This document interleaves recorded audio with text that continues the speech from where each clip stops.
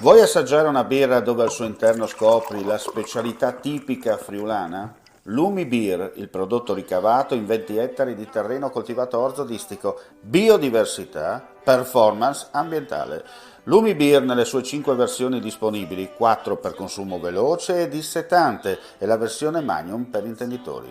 Lumi Beer si abbina a qualsiasi palato. Lumi Beer è un prodotto esclusivo Azienda Agricola Pancera, il buon seme, i buoni frutti.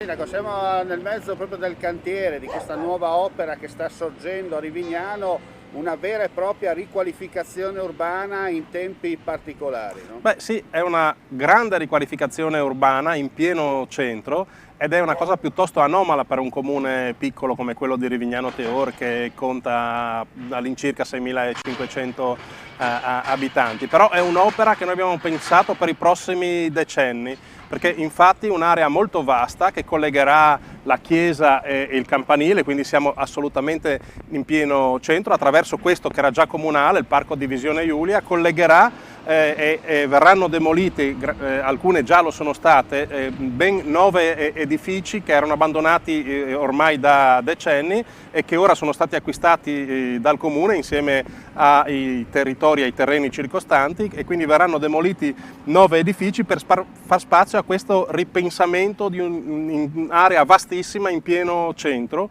e rimarranno invece in piedi quei due grandi capannoni che sono una bella opera di archeologia industriale, ospitavano a suo tempo il consorzio agrario e noi li riqualificheremo e diventerà una grandissima piazza coperta per le tante manifestazioni, ma anche per eventi ludici e sportivi, perché questa area vuole essere fin da subito un luogo di aggregazione. L'abbiamo chiamata Agorà, avendo in mente l'epoca dell'antica Grecia, proprio come luogo dove non solo sostare ma anche pensare. I greci nell'Agorà camminavano e riflettevano e lì è nata il pensiero occidentale, e noi vogliamo a questi spazi per il futuro del nostro paese proprio avere dei luoghi in cui si possa giocare per i bambini, praticare lo sport, aggregarsi, fare feste, ma anche e soprattutto riprendere l'abitudine che si era un po' persa a pensare.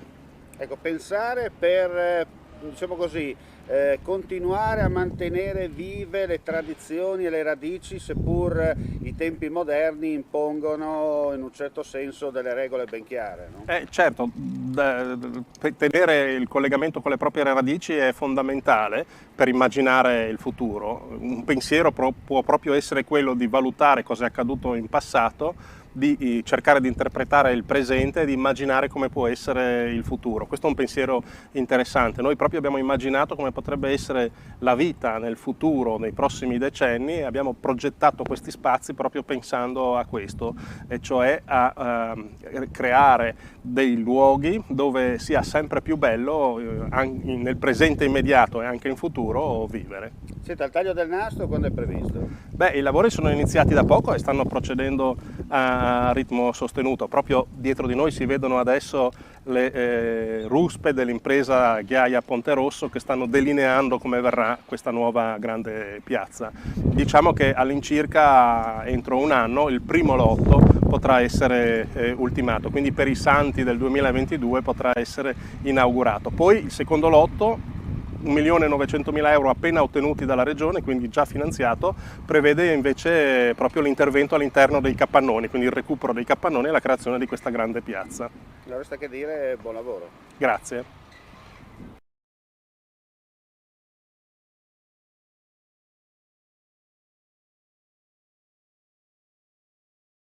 Claudine, locale per palati fini e buongustai, dove si mangia, si beve e si respira bird, Collio e quei. Sono Claudia Zano e vi aspetto con le mie specialità. Cosa aspettate? Claudine, food, wine, music e sei in pole position.